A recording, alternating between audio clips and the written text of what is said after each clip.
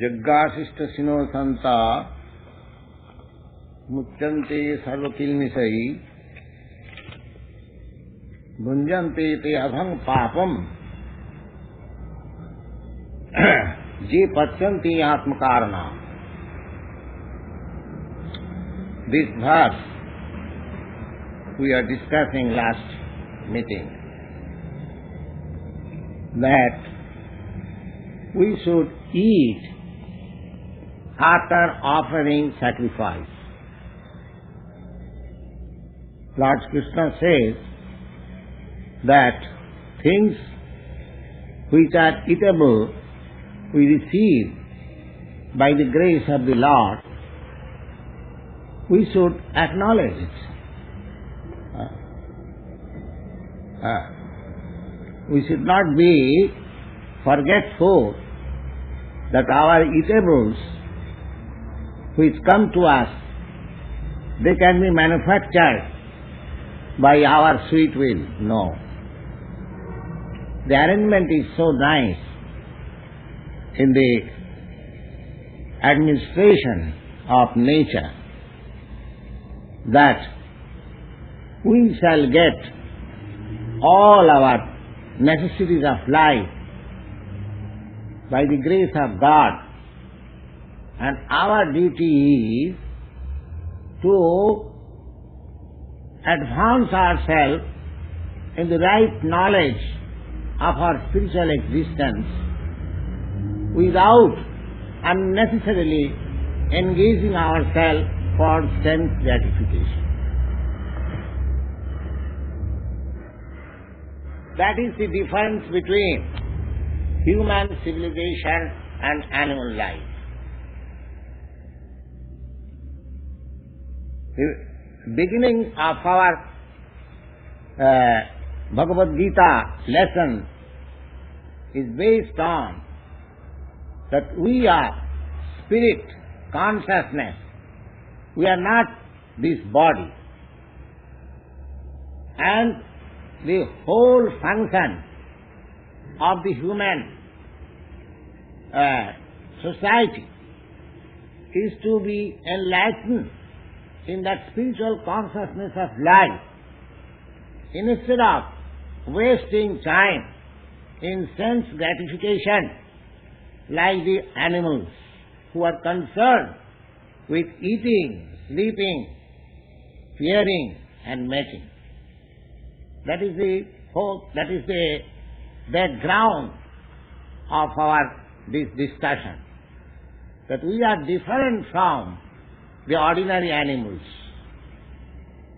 So the common factor of animal life and human life is these four principles of bodily demands, namely that we require to eat, and we require to sleep, we require some defensive measures for protecting ourselves from the enemies, and we require some extent of sense gratification.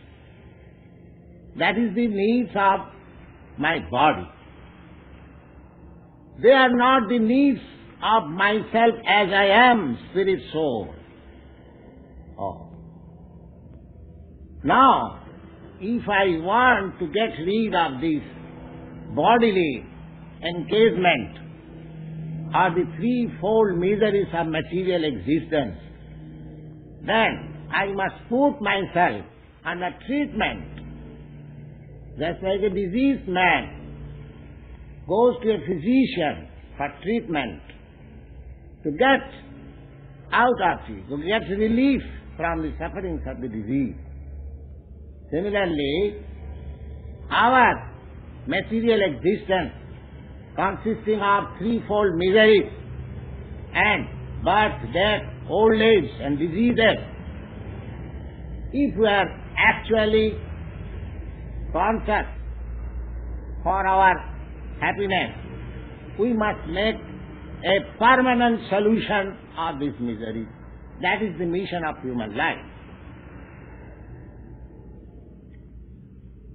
So, for making that mission fulfilled, we have got developed consciousness than the animals. That developed consciousness should not be misused only for the animal propensities of life.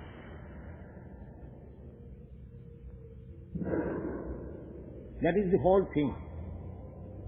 And therefore, Lord Krishna says that in order to reach to that stage of perfection, you should work. Your work should not be stopped. We have already discussed this point that niyata kuru karma tam tanmadhyayodha karmana, that your prescribed duty should be prosecuted nicely, go on, don't stop it, but work for the life of karma yoga. Karma yoga. Ordinary work is called karma. Ordinary work is karma. And when it is added with yoga, that means spiritualized work. Yoga. Yoga means spiritual perfection. Or linking up with the Supreme. So, karma and karma yoga, there is gulf of difference. Karma means ordinary work. I work whole day. I get some remuneration and enjoy for my sense gratification. That is called karma.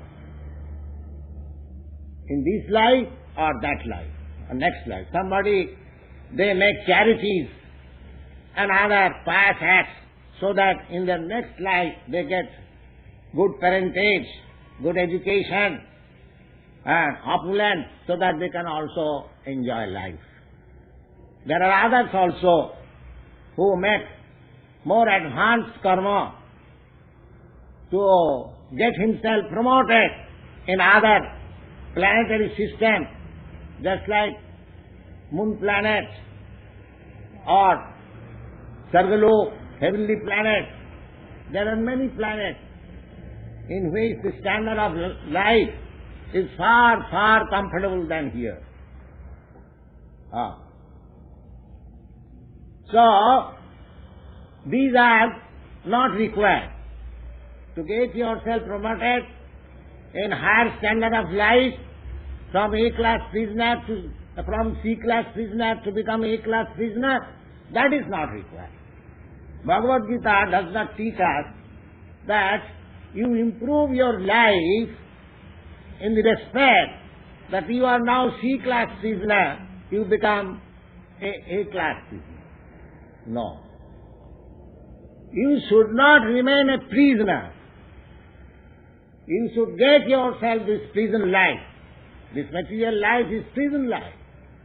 Just like in prison house, we are forced to undergo some sort of misery. We may agree or not agree, or we have to undergo. In prison life you cannot deny. The state agents are there. He prescribes some work, you must do it. If you say, no, I cannot do it, I am not accustomed to do it, no, then you will be again more punished. Similarly, this is our prison life. This material existence is our prison life. And Prakriti, nature, is the forceful agent. She is always enforcing us to do, to act. Prakritetyamanani gunai karmani sarvas. So this is going on. Now if you want to get rid of this imprisonment, then you should begin this karma yoga. Karma plus yoga. Yoga means in connection with the Supreme. That connection with the Supreme begins with this formula, yajna, sacrifice. What you are going to sacrifice, what you have got. Everything is given by God. Anything which you possess, you have not brought anything with your birth. You have come naked from the womb of your mother, and when you shall die, you shall go naked. So whatever you possess, that is given to you for proper use. We should understand that. The whole resources of material nature, they are under your control for making proper use. You can live comfortably, you can eat comfortably, you can live peacefully without any creating animosities or quarrel with your neighbors, and prosecute your spiritual life so that you get rid of this material existence. That is the whole program of material nature. But misusing our developed consciousness, we are trying to misuse the resources of material nature in a different way for aggravating the sense gratification. That is the whole mistake. So, Krishna says that whatever mistakes you have done, I don't mind, but you act in this way. Jagyat, you work. Suppose you have misused your developed consciousness in so many ways, and you are now entrapped. You can suppose you have started a very complicated industry. Now, if I say that this complicated industry is not required by you, you simply require some fruits and grains to eat, why you are engaging yourself into this complicated and dangerous form of earning your livelihood? Stop it. No, that is not possible. That is not possible. Now you are entangled. You cannot stop. Sri Krishna says that don't stop your work, but by the result of your work, you try to make sacrifice for the cause of the Supreme. Then your entanglement will be automatically losing. The whole energy which you apply in your industry, if the result is offered to Krishna, that means that energy is utilized for Krishna. Not for that industry, but for Krishna. That is the thing. Just like Arjuna. What was he? He was a military man.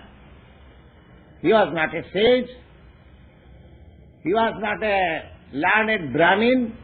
He was ordinary, royal family, belonging to a royal family, kingly order, and a householder, family man, having children, wife, and a military man. But how Arjuna became the greatest devotee of Lord? The Lord sacrificed, bhaktosi, priyosi me. My dear Arjuna, you are my very dear friend as well as a great devotee. Now, what is the reason? He was not a sannyasi, he was not a Vedantist, he was not a philosopher, nothing of the sort.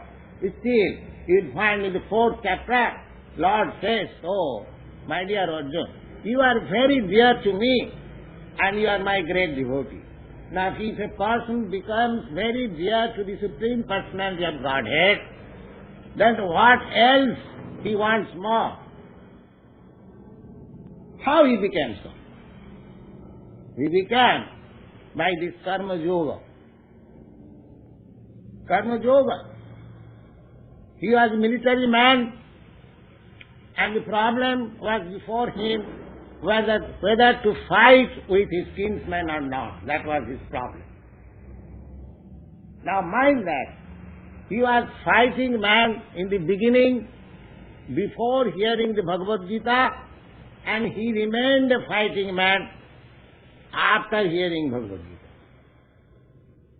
Similarly, suppose you are engaged in some particular type of work before hearing this Bhagavad Gita, And after hearing, understanding Bhagavad Gita, you will have to remain in the same position. Not that after hearing this Bhagavad Gita, as you are kindly coming here, you will have to take a dress like me and live up your family connection and become a mendicant like me. No, no. It is not meant like that. You have to change your mentality, that's all. What is that mentality? That mentality is that you are working for your sense gratification and you have to change your mentality for gratifying the sense of the Supreme Law. That's all. We are working, ordinary work means for working for our own sense gratification. I want to eat this. So I eat. I purchase from the market. Oh, this is very nice thing. Very palatable to my tongue. Oh, purchase it. I shall eat it. Now, when you become conversant with the philosophy of Bhagavad Gita, you have to think whether this thing is palatable to the tongue of Krishna. That's all. Now you are thinking, let me purchase from the store this nice thing. It's very palatable to my taste. And when you actually become a learned scholar of Bhagavad Gita, at that time you will have to think whether this thing will be palatable to Krishna. That's all. The whole thing is there. When you learn that thing, when you want to please Krishna, not yourself, then you become an expert spiritually. That's all. So it is not very difficult thing. Very easy. Simply, we have to learn how to reach that stage of life. You haven't got to change anything. The same thing example. The Arjuna, there was a military man, a householder, a family man, before hearing Bhagavad Gita, and he remained the same family man, the same military man, but he became a great devotee of the Lord. That technique we have to learn. That technique is that Arjuna in the beginning, he did not like to fight because he wanted to gratify his senses. He thought that I shall be happy if I do not fight with my kinsmen, because in the fighting my kinsmen will die and I shall be sorry.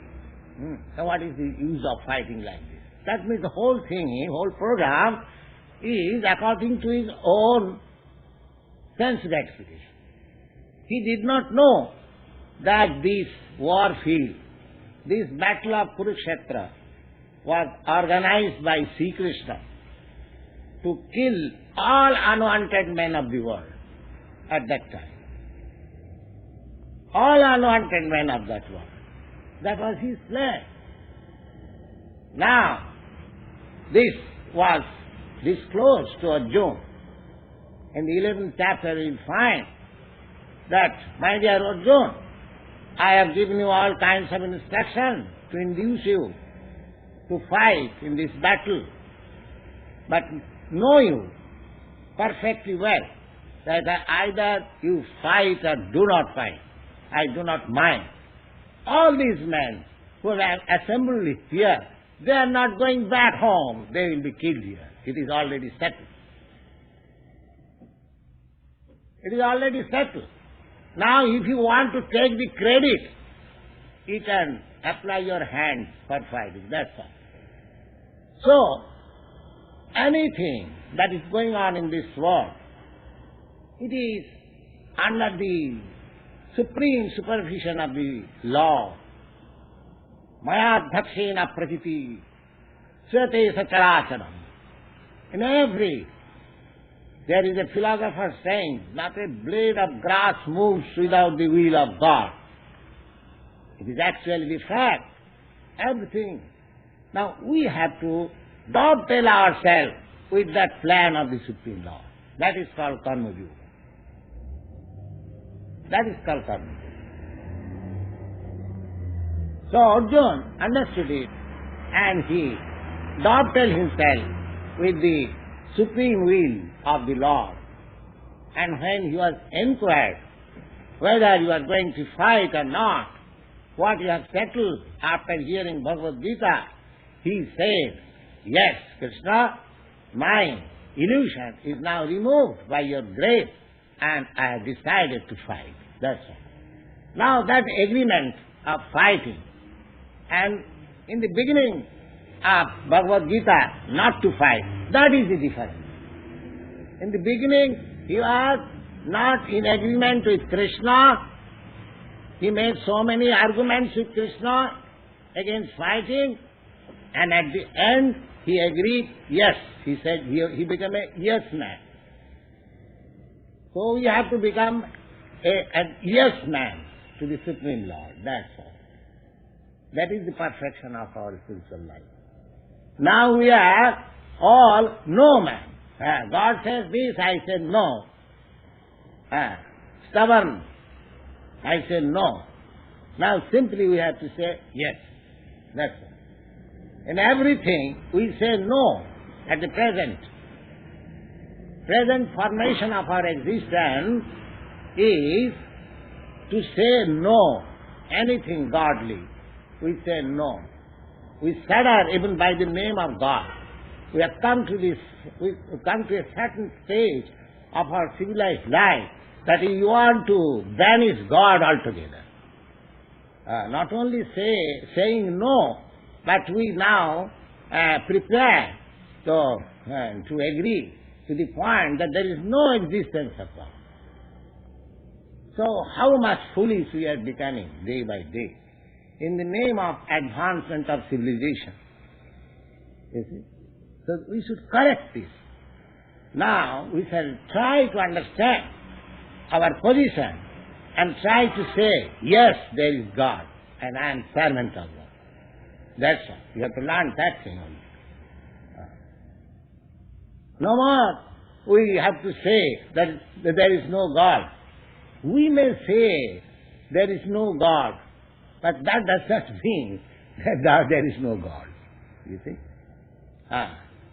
Just like a upstart, he says that I don't believe in the government. There is no government. I am all in all. So that madman say like that does not mean that there is no existence of government. He is a madman who says like that.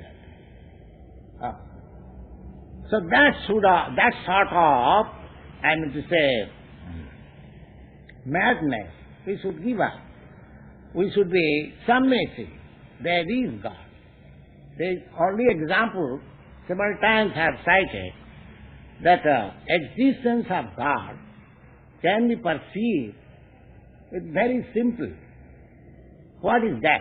Just like you can perceive your existence in this body by the consciousness. You have got consciousness. That point we have discussed several times. That consciousness is the symptom of your existence in this body. So long that consciousness is there, this bodily function is going on very nicely.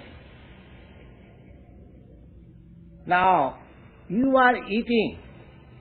You do not know how your foodstuff is going to the stomach, how it is being transformed into different kinds of secretion, how it is being transferred from the stomach to the heart, how that secretion becoming red, and that red blood is again circulated from the brain to the toe. This nice machinery work is going on within your body. This physiological condition is present. in your body. You are taking your foodstuff, the necessary, and the juice, vitamins are taken by the stomach, it is distributed, and the exhaustion of your body is supplemented, and the unnecessary things evacuated by stool, urine. The nice thing is going on. Now, as soon as this consciousness is stopped, will this function go anymore? No. You will find the same brain is there, the same heart is there, the same stomach is there. By dissection of the body, you will see the same veins, everything is there, complete. But only thing is wanting that consciousness, therefore everything is stopped. This is a common factor, everyone can know it. Similarly, the whole cosmic manifestation which is present before you, so nicely going on, don't you think there is a consciousness behind it? How can you deny that there is no consciousness in the matter of sun rising, moon rising, seasonal changes, and so many planets floating in the air? So many wonderful things are being done in the material nature. Do you think it is without being done consciousness? No, there is also consciousness. Just like for the management of your own body, due to the consciousness, everything is being well done. Similarly, everything that you see very nicely well done in the material nature, that is also being done by superior consciousness. This is human reasoning. How can you deny it? Can you deny it? I don't think any sane man can deny it. But similarly, as your consciousness is a symptom of your presence, you are spirit soul. Similarly, the Supreme Consciousness is a symptom of the Supreme Soul or God, the Supreme God. This is the position. Now, as consciousness, we are part and parcel of the Supreme Consciousness.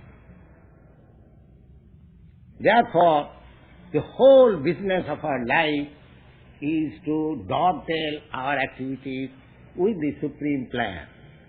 That is called Karma Yoga. That is called Karma. Eka Bahushama. In the Vedic literature, you will find that God has expanded Himself into many. Just like the father expands himself into many children. The children is nothing but expansions of the body of the father. Similarly, we all living entities, spiritual parts, or living souls, we are also expansion of the Supreme Spirit. Now, the reasoning why the Supreme Spirit Soul expanded Himself into so many. What is the purpose? We have to understand. Now you can take the example. What is the purpose of father expanding himself into children? A father takes the responsibility of maintaining the children. Why? Why he takes such great responsibility? A family man. That's why his answer just to have a happy and enjoyable life. That's all. Similarly, God has expanded into so many living entities because He wants enjoyment. He wants enjoyment. Because you will find in the Vedic literature that the nature of God is Satchidananda Vigraha, Anandamaya Abhyasa. By nature, He is enjoying. So, we must understand that God has expanded Himself into so many living entities just for His enjoyment. Now, we are meant for, just like father is sons, children are meant for satisfying the father. Similarly, this is a common sense affair that we living entities, we are meant for satisfying the Supreme. That satisfaction of the Supreme can be done by performance of yoga. That is the beginning. So here it is prescribed that Yajñārthe karma karmani annatra, that is we have discussed. Yajñāsistasino santa muchyante sarvakilmisai. If we perform sacrifice for the satisfaction of the Supreme, then the result will be that we shall be free from all reaction of our sinful life. And if we do not do that, bhunjante te tadhang papa je pachanti atmakarnat. Atmakarnat means simply for his own sense gratification. Now that yoga, as several times before you have explained, that asnati. Asnati means one who eats. So our yoga begins from the eating. Because eating is the first item of the necessity of our life. Eating, sleeping, fearing and making. Now eating is essential. So here in the Bhagavad Gita openly speaks that just control your eating process in the yoga. Just begin your karma yoga from the eating formula. Then gradually other things will develop. Because our senses, there are so many senses. We have got the eyes, the ear, the nose, the tongue, the hand, the leg, and so many. We have got 10 senses, sensory organs and working organs. So these organs, there are, out of all the organs, the tongue is the most uncontrollable organ. Tongue. When we eat, perhaps those devotees who eat with us, we chant this, that Sarira Vidya Jal Jarandriya Kaheka. This body is the encasement of our nescience, of our ignorance. And in that body, the senses are our greatest enemies. Out of that, the tongue is the most powerful enemy. Tar madhye jivhavati lobhamaya sudurmati. Lobhamaya sudurmati, because tongue is always hankering after palatable things. And it is making me bound up in so many reactions of my life. That is the secret. Therefore, in the Bhagavad Gita, in the beginning, the karma yoga begins with the tongue. Yajñāsistosino santa. We have to eat. Now we have to control the tongue first. How we can control the tongue? By offering sacrifice. By offering, we have to take food stuff for maintaining our body. Now if we offer the food stuff preparing to the Lord, that is called yoga. Yoga is not a very difficult thing. You are preparing food stuff for eating at your home. You have simply to prepare that food stuff in a nice way so that you can offer to Krishna. That's all. Your process of eating or your process of securing ingredients for eating or your cooking, nothing is stopped. Only thing is required that instead of cooking for yourself, for the satisfaction of your tongue, you please cook it for satisfaction of Krishna. And take the prasadam afterwards. Now take for example, the other day we had some feasting. We cooked it nicely and offered Krishna, and then you took. What was the difficulty there? Was there any difficulty? So many gentlemen you are present here who partook of that prasadam, how nicely it was prepared and how we enjoyed. So is Jagga a very difficult thing? So it is not at all difficult. Simply we have to adopt the principle. That's all. And if we adopt that principle, here it is clearly said, the Jagga sisters, Santa, but these things are arranged by pious men and devotees of the Lord. Ordinary men, they don't care. What is this nonsense Jagga? Let us go to the hotel and get your salary. You see? That is another thing. But those who are serious about solving the problems of life, let them take to this Jagga principle. Is it very difficult? Not at all. It is rather pleasurable. What do you think, Mr. Green? You are also present that day. Did you not like? So, Jagga is not difficult.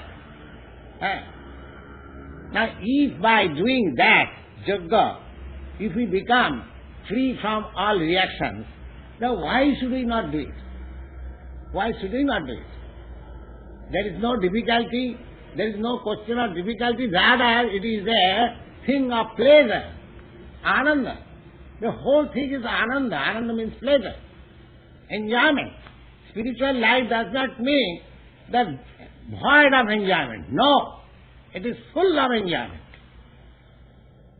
We are seeking after enjoyment, but that enjoyment is hampered by our material existence. We do not know. We are trying to squeezing out the senses and trying to have material pleasure. This is nonsense, because we do not know what is spiritual life. Spiritual life means unlimited pleasure. There is a verse describing about Rama.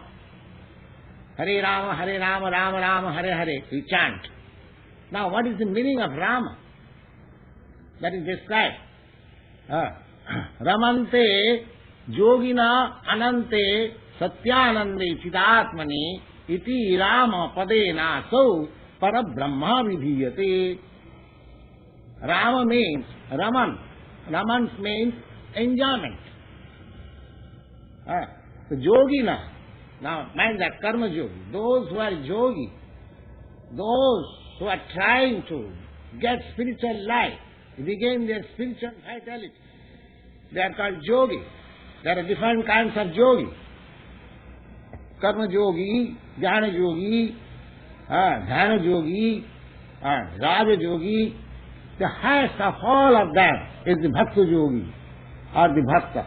Yoginamapi sarvesam madgata antaratmana saddhavan bhajati jo mam sami yukta tamo mataha. You find it. The highest yogi is he who is only Krishna conscious. Simply his life is full of Krishna consciousness. He is always trying to satisfy Krishna. That's all. And to satisfy Krishna is the easiest thing. Is the easiest thing of all yogic process. You haven't got to show your gymnastic power. No. Simply prepare your good food stuff, offer to Krishna, chant Hare Krishna and enjoy life. Yoginamapi sarvesam. He is the best yogi. Best yogi. That is, you'll find it. So begin it. What is the difficulty there? So far the techniques are required. We are present. The books are there, the literature are there, the authorities are there. Simply, we have to agree, yes, yes man. Simply you have to agree, yes. Henceforward we shall become karma yogi. Then from that very point your life begins. Karma yogi. Say, yes man, mind that. That instead of saying no to Krishna, and just like Arjuna said no in the beginning, no sir, I am not going to fight. You don't try to induce me, my dear Krishna. He argued so many things with Krishna. And then at the last moment he said, yes, I shall fight. So from no man to yes man, that's all. So we have to agree. Now, we are now no man. We say everything about God, no. Now, we have to learn yes. So you become yes man and begin this karma yoga, beginning from your life of eating, because eating you require. Without eating, you cannot exist. Therefore, Bhagavad Gita teaches you that you begin your karma yoga from the point of eating. Jagga shishtasino santam uchyanti sarvatilmisai bhunjante te adhang papa je pachanti atmakarana. Now, people may say, why shall I bother myself about this Jagga principle? No. You have to bother yourself in the Jagga principle if you actually want to be happy. The next clause explains like this. Annad bhavanti bhutani pajjanyat anna sambhava jajñat bhavati pajjanya jagga karma samudbhava.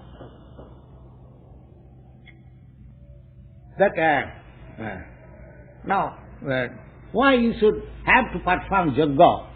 That is obligatory. Not that you are very kind to prepare your food stuff and offering to Krishna. It is very kind. No. It is for your interest. It is for your interest. Why? Now, annad bhavanti bhutani. You have to eat.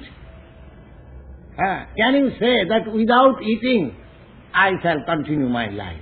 No, that is not possible. You have to eat. Annad bhavanti bhutani. If you want to exist, if you want to maintain your body and soul together, then you have to take anna. Anna means food stuff. Or anna means grains, natural food. And then generally, anna means food stuff, and another technical meaning of anna means grains, which is produced from the land for eating of the human being. For human being, so many things are produced from the land. The grains, the fruits, the vegetables, so many things. They are meant for human being. The grains are not meant for the tigers. The grains are meant for the human being. The fruits are meant for the dogs. The fruits are meant for the human being. The milk is produced by the cow, but it is not meant for the cow. It is meant for the human being. If you offer the milk, 30 pounds of milk, after milking the cow, and if you offer to the cow, it will refuse. It will refuse. I don't want it. Give it dry grass, it will be very glad. It will be very glad. So, everything is organized by the nature. Now, there are so many scientists, they are discovering vitamin value from food stuff.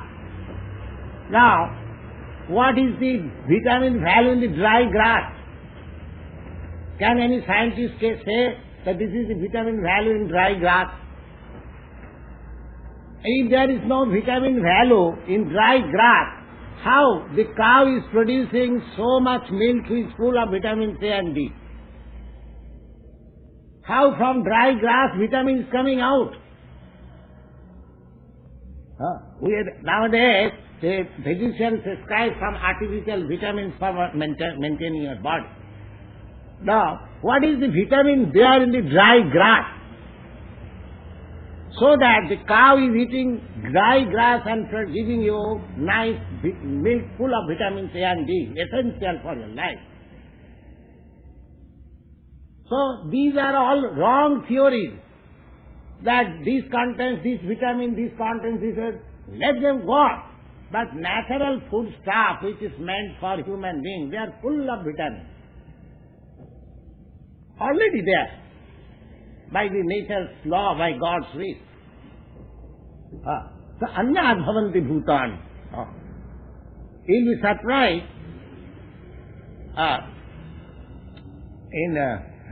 when I was family man, I had a servant, was only 22 years old. Oh, yes, too stout and strong, you see.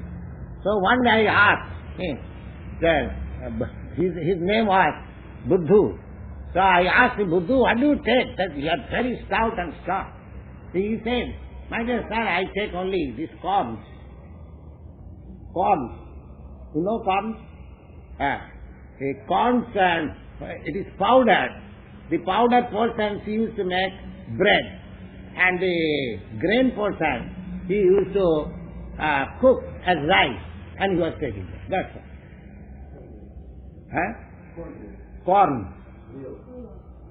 Corn meal. Yes. And he was very stout and strong. He was deriving all the vitamins because he was poor man. He could not eat any butter or milk or any other things, meat or no, nothing of the sort. He was simply eating. He was drawing at that time only 22 rupees from me. 22 rupees means, according to an American exchange, is come to $5. $5 a month, his income. And what he could spend. So he was taking the cheap food, but he was very strong and sound. The whole idea is that these grains are meant for human beings.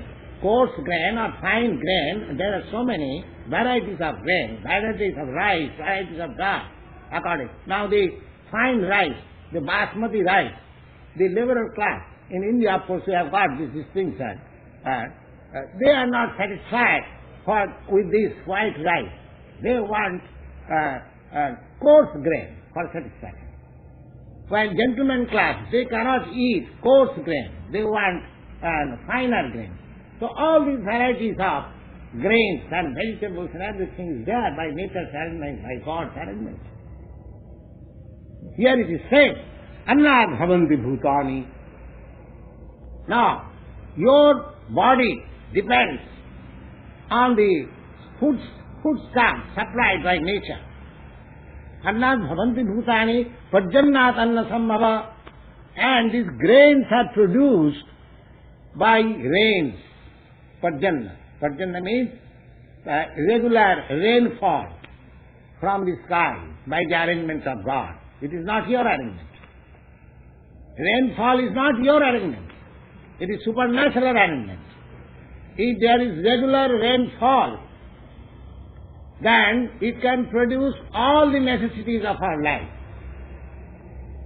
I think, Carl, you are reading from the Bhagavad Gita about Maharaj Yudhishthira's reign during his kingdom, how rainfall was regular and the necessities of human being were being produced. So here it is the same thing. Anna, the grains are life subsistence, human beings.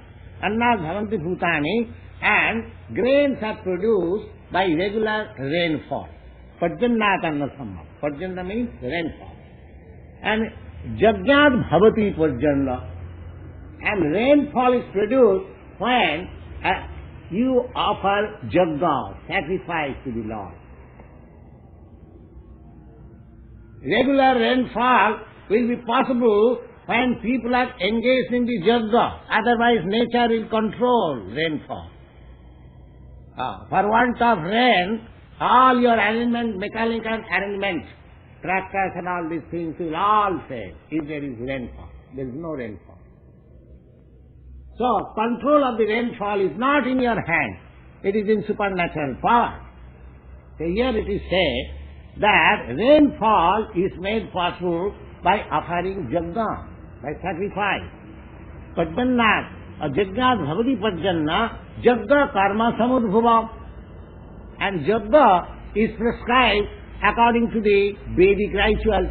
Now just see the link. Living entities, they can develop by eating grains. Grains are produced by rainfall.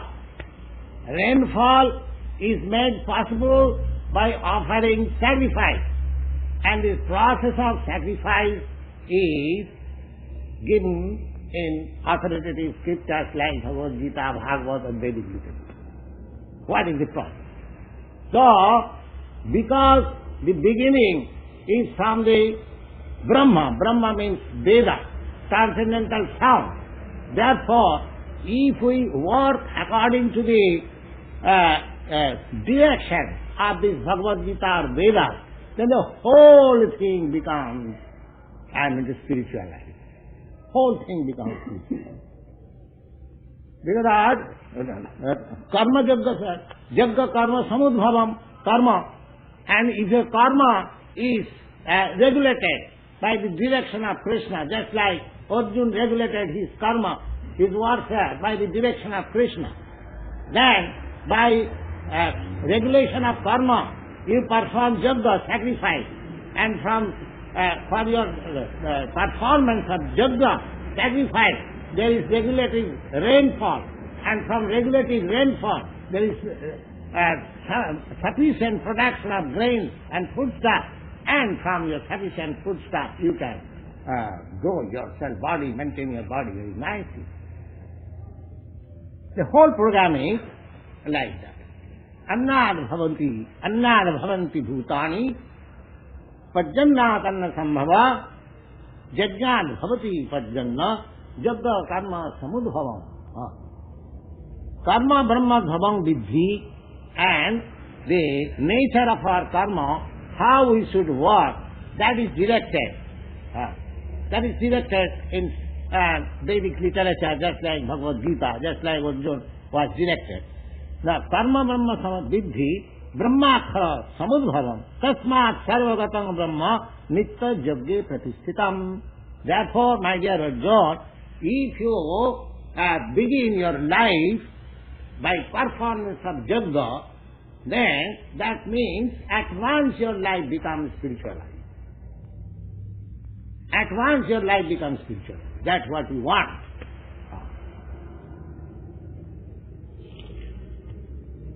Evam pravartitam chakra nanu bhakti ha nanu vartayati yaha ja abhayu India Rama moghang pratha sajivati. Now here is injunction. That is the circle. That is the circle. That how to work. That injunction is there. Now why this work? Any work. Suppose you will drive in a motor car. That is a sort of work in the street. Or there is injunction that you should drive on the right. You should stop your car when there is red light. You should not proceed an inch. So many regulations. Even for your driving car. Anything of your life you want to do, there are directions, proper directions from the authority. And why not for your spiritual life? Why not for spiritual life you can do anything and everything what you like? What you manufacture in your own bread? No. How can you do it? In every field of your work, in practical life, you have got some direction, that you have to act in this direction. Suppose you are working, running on a factory. Oh, there are so many factory laws. Anywhere you go, there are directions from the superior authority. So, is there no direction for your spiritual realization of life? Yes, there is. We have to abide by that. Therefore Lord says, Evam pravartitam chakram. This is a circle. Circle. That is Vedic literature, Vedic scripture. They give you direction how to work. And by working, you perform yajna. By performing yajna, you have got regular rainfall. By regular rainfall, you get production of grain. And by production of grain, you eat and live happily. So this is a circle. This is a circle. So Lord says, Lord Krishna says, Evam pravartitam chakram. Chakram means circle. This is a circle. Nanu vartayati iha ja. One who does not follow this circle of activity of Hayu, he is simply spoiling his life. He is simply Abhayu. Abhayu means he duration of life. His duration of very valuable human form of life is simply wasted. Why? Indriya Rama, simply for sense gratification like the cats and dogs and horses. Abhay Indriya Rama, Mogham Patsya Sarujyoti. His life is now doomed. His life is now doomed. So this is the injunction of Lord Krishna. Evam pravartitam chakram nanu vartayati iha ja.